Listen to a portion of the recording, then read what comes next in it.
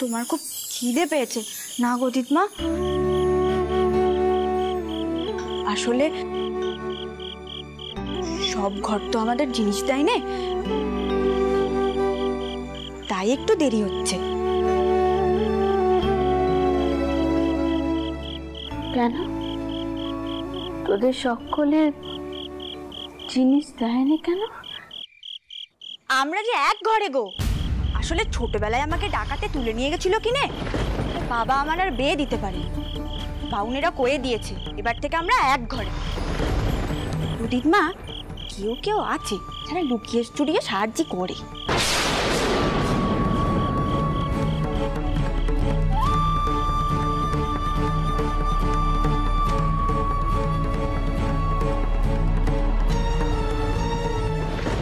মহাপাপী হবি তুই, নরকে যাবি। এখনো ভালোই ভালোই মেয়ের বিয়ে দে, নয়তো অনর্থ হবে আমি বলে দিলু। শোন হারু, আমাদের কথা অগ্রাহ্য করলে এক ঘরে করে দেবো তোদের।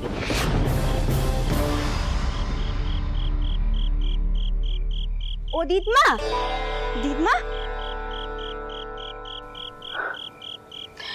দেখবি একদিন মা তোদের সব দুঃখ কষ্ট দূর করবে।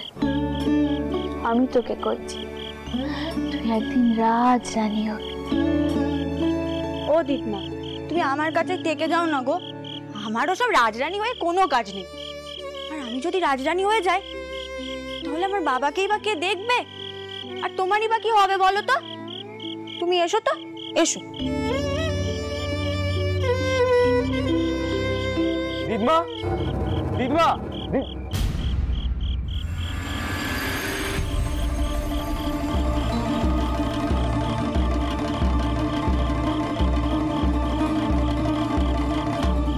তুমি এখানে? আমরা সকলে মিলে তোমার চারিদিকে কত খুঁজে বেড়াচ্ছি, আর তুমি এখানে এসে বসে আছো। বলি দিদমা আর আপনাদের সঙ্গে ফিরবেন নে? এখন খুব খোঁজাখুঁজি না দিদমাকে? তা যখন আধারে একা একা পড়েছিলেন তখন কোথায় ছিলেন আপনি?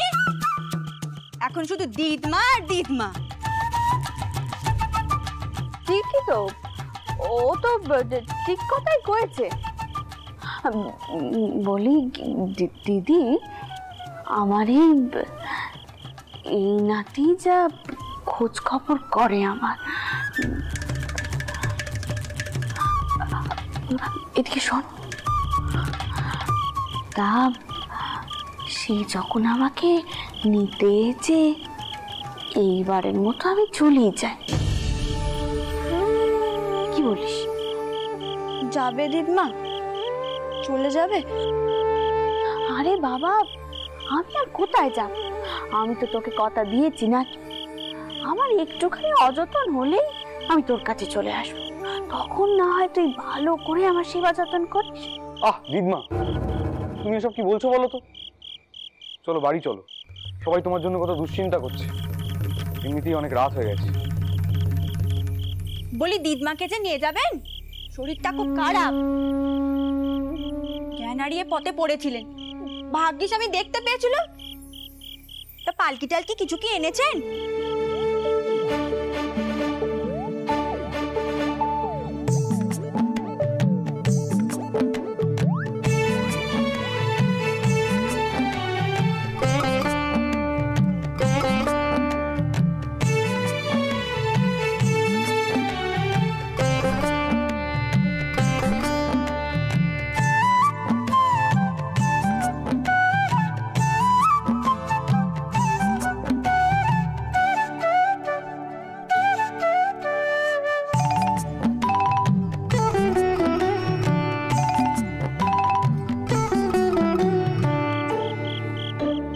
গোপাল, তুমি বাইরে গিয়ে অপেক্ষা করো, আমি আসছি। তুমি দেরি করো না।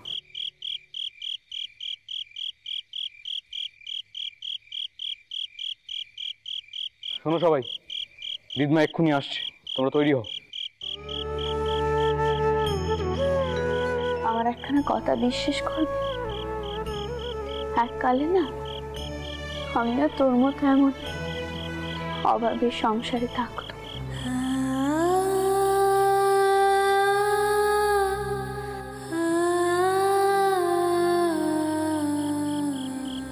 আমারও মা ছিল না জানিস।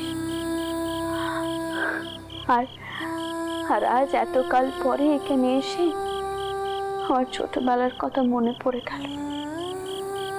তুই আমায় আজ যা ভালোবাসা দিয়েছিস তাতেই আমার মন ভরে গেছে রে দিদি। হ্যাঁ রে, জানিস তো মা, টাকা পয়সা দুদিনের, মন খানাই হলো আসল রতন। তোর কাছে যে সব থেকে দামি রতন খানা আছে রে, এইখানা সামলে রাখিস। তোকে কোনো দুঃখ কোনোদিনও কাঁদাতে পারবে না।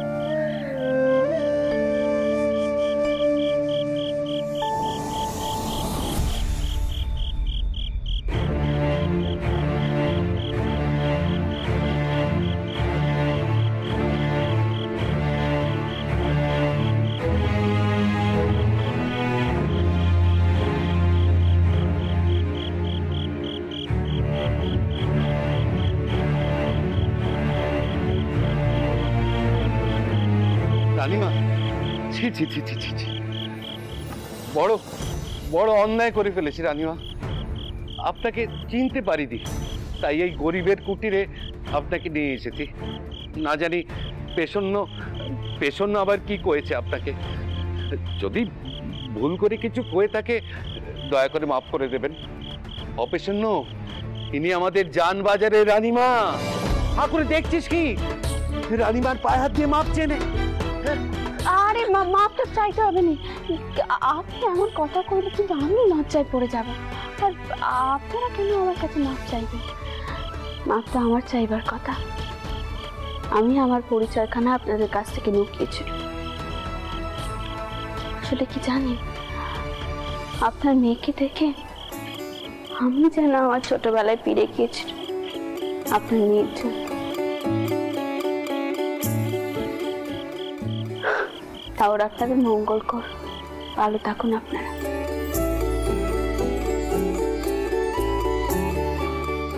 আর কি বা বলবো বলুন, পরে না হয় যোগাযোগ করবো খন। আর তাছাড়া আপনার মেয়ের সাথে তো আমার চুক্তি হয়েই গেছে। আমার একটুখানি অযতন হলেই আমি ওর কাছে চলে আসবো। ও তখন আমার সেই অযতন করবে কি মা? করবি তো?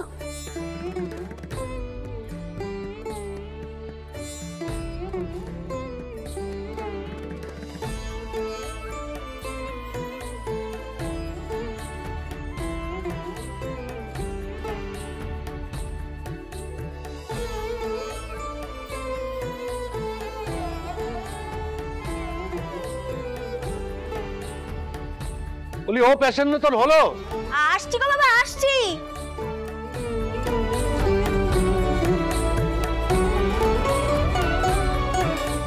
এবার তবে আমি আসি।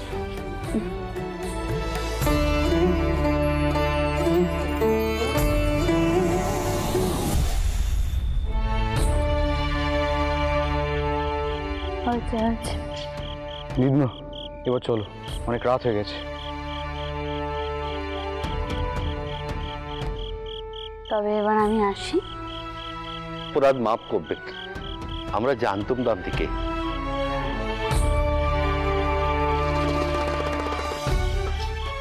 না জেনে বাপ মেয়েতে যদি কোনো অপরাধ করে থাকি মাফ করবেন। না না, এমন কথা আপনি মুখেও আনবেন। আজকে আপনাদের জন্যই আমার পরাণ রক্ষে হয়েছে। আপনাদের কাছে আমি চিরঋণী হয়ে থাকব।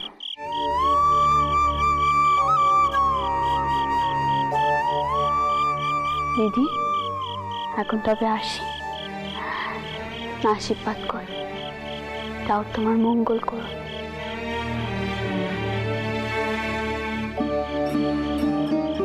এই নাও, ধরো তো দেখি, এতে একটু খই আর বাতাসা আছে।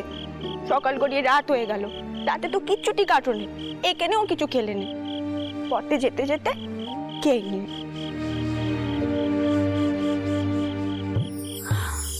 থাক বাসা থাক, হয়েছে হয়েছে, আপের নাম করতে হবে। ভালো থাকো মা, সুখিয়া। গোপাল, এবার তো আমাদেরকে বাড়ি ফিরতে হবে। বাড়ি ফেরার সময় হয়ে গেছে, আর আমার মনের সব আধা দূর হয়ে গেছে। এবার বাড়ি ফিরে নতুন করে আবার সব কাজকর্ম শুরু করতে হবে। আসি, হ্যাঁ?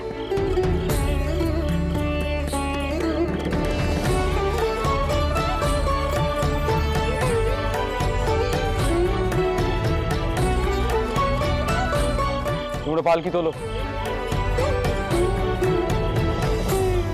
সাবধানে সাবধানে, আসতে। জয় রানীমার জয়, জয় রানীমার জয়, জয় রানীমার জয়।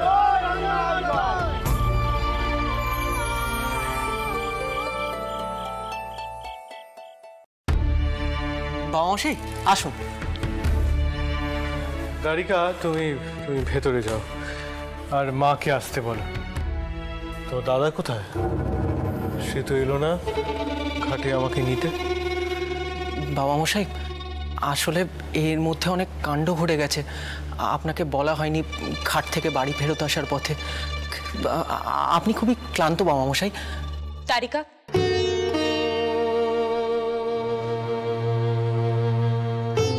যা তুই ঘরে যা, বাবা মশাইয়ের জিনিসপত্রগুলো করে রাখার ব্যবস্থা কর, যা।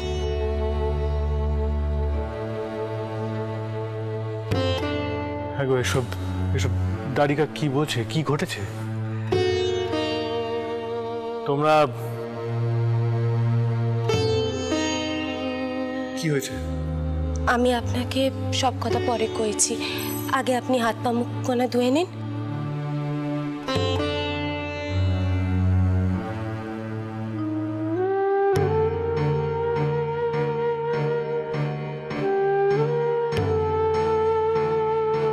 আসলে গোপাল মাকে আনতে গেছে। মাকে আনতে গেছে মানে? মায়ের মধ্যে আবার কোথায় গেলেন? আচ্ছা, কি ঘটেছে সেটা বলবে তো আমায়। কি হয়েছে বলো, উত্তর দাও। আমি কইছি তো আপনাকে, আমি পরে সব কথা কইব। আপনি তো এই 7 রাজ্য ঘুরে এলেন, এখন আবার এই সব কথা শুনে আপনি আবার রাগারাগি করে বেরিয়ে পড়বেন। এখন আপনি একটু বিশ্রাম নিন, আমি পরে সব কথা আপনাকে কইব। চাপা, চাপা, কিরে এদিকে আয়, জিনিসপত্রগুলো নিয়ে যা। কিরে কোথায় গেলি? এখানে আয়, আয় এগুলো নিয়ে যা।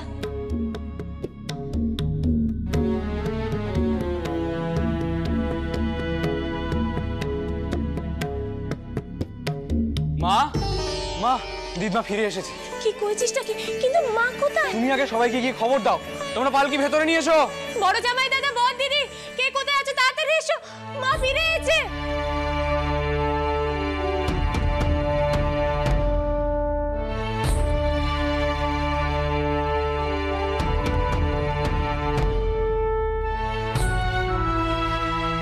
তোমরা পালকি বাইরে নিয়ে যাও।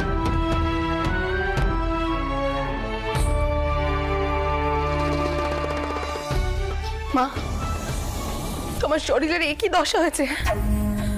আচ্ছা, তুমি কি আমাদের সকলকে একটু শান্তিতে থাকতে দেবে না? ভোর রাত্রে কাউকে কিছু না কয়ে কোথায় গেছিলে তুমি? বউ, এখানে দাঁড়িয়ে থেকো নি, যাও মায়ের পা ধোবার ব্যবস্থা করো, যাও। যাচ্ছি মা। আচ্ছা মা, তুমি সবসময় একটু শান্ত হও, এত ব্যস্ত হয়েও নি। আমি জানি তোমাদের সকলেরই আমাকে নিয়ে খুব চিন্তা হচ্ছে, কিন্তু কি জানো, আমি যে কখন বেরিয়ে গেলাম, কোথায় কোথায় গেলাম, আমি তো নিজেই জানি। আমি তো নিজের মধ্যেই ছিলাম না, জানো। আমি তো মন্দিরে মায়ের কাছে মাপ চাইতে গিয়েছিল, কিন্তু বাউনরা আমাকে মন্দিরে ঢুকতে দিল না।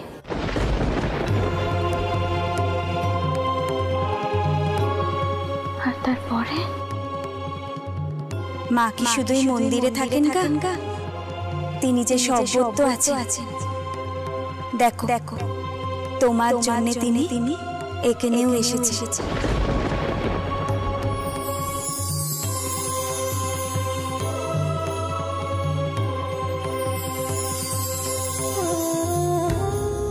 সবই মায়ের লীলা। মা আমাকে বুঝিয়ে দিলে সকলের মধ্যেই তিনি বাস করেন।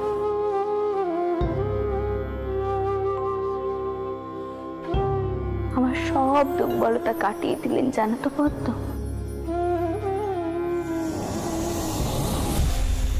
আমি তো কিছু বুঝে উঠতে পারছি না। আমি এসে শুনলাম আপনি যে বললেন কোন ব্রাহ্মণ আপনাকে মন্দিরে ঢুকতে দেননি। কে ঢুকতে দেননি আপনাকে মন্দিরে? মধুর, তুমি সবে এসেছো, ধীরে ধীরে সব জানতে পারবে। আর একটা সমস্যা, প্রত্যেক দিন নতুন নতুন একটা সমস্যা। এই সমস্যার জেরে বাড়ির সকলে একেবারে জর্জরিত হয়ে গেছে। মধুর, কি আর বলবো তোমাকে, বলো। দিদমা, এদিকে এসো দেখি।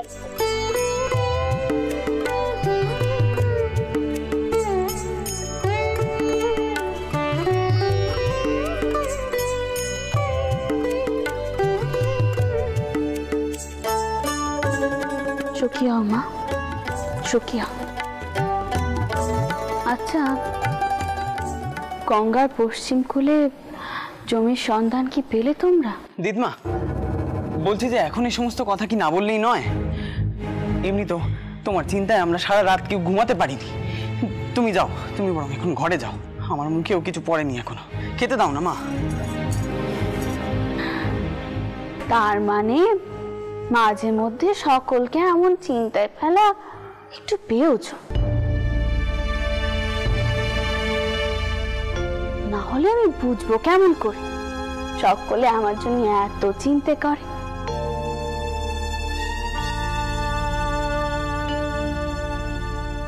এই যে তিতের মাঝপথ থেকে আমি যে পিড়িয়ে এলো, আমার মেয়েরা আমার উপর এত অভিমান করলো। এখন তো সেই সব অভিমান কেটে গেল। এও তো মায়েরই লীলে।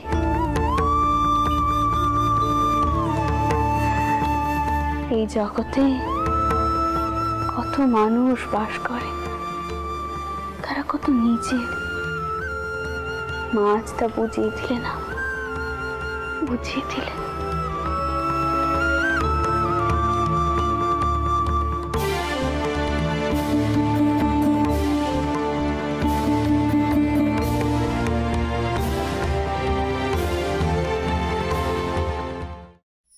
মা, তুমি কাপড় চোপড় বদলে নাও, আমি বরং তোমার জন্য একটু দুধ নিয়ে আসছি। কেমন? দাও দেখি।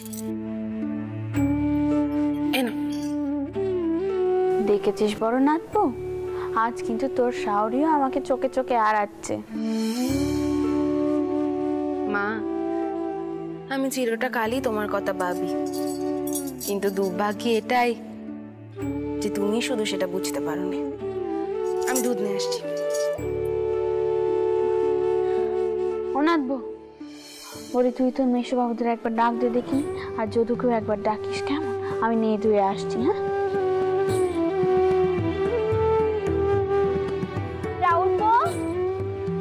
তুমি কোথায় গেলে?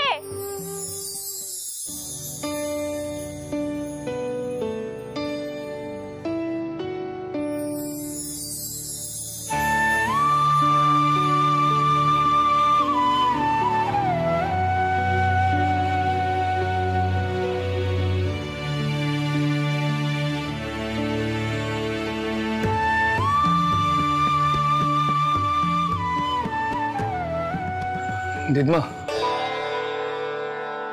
এসো ভেতরে এসো, বসো দেখি। কি বলবে বলো? তাও যে তোমার আমাদের কথা মনে পড়েছে এই ঢের। বাবা, আমার এই নাতিটা তো দেখছি খুব অভিমান হয়েছে। ও দাদু ভাই, এমন করে দিদমার ওপর রাগ করিস না। খুব ভালো করে তো জানিস তোদের দিদমা সমুদ্রে ঝাঁপ দিয়েছে, তল খুঁজে পাচ্ছে। যাই হোক, আচ্ছা তোরা আমাকে একখানা কথা ক দেখি, ভোপাল তোদেরকে ঠিক কি করেছে? তাদের বিয়ে করতে কিসের আপত্তি? যাওয়ার পর যত সব কথা, সে নাকি বড় বয়সের মেয়ে ছাড়া বিয়ে করবে না।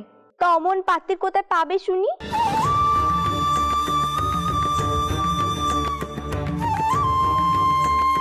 চাউরের চালিলে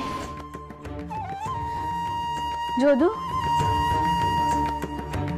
ভোপালকে গিয়ে তুমি কও যে পটুর বাড়িতে আমি ঠাঁই পেয়েছিলাম, সেখানে যেন সে যায়। আমার আশীর্বাদ বলে চাল ডাল জামা কাপড় সে যেন সাথে করে নিয়ে যায়। তারা বড় সরল মনের মানুষ, তারা আমার পরাণ রক্ষে করেছে। এরপর থেকে তাদের যেন কোনো অনটন না থাকে সংসারে।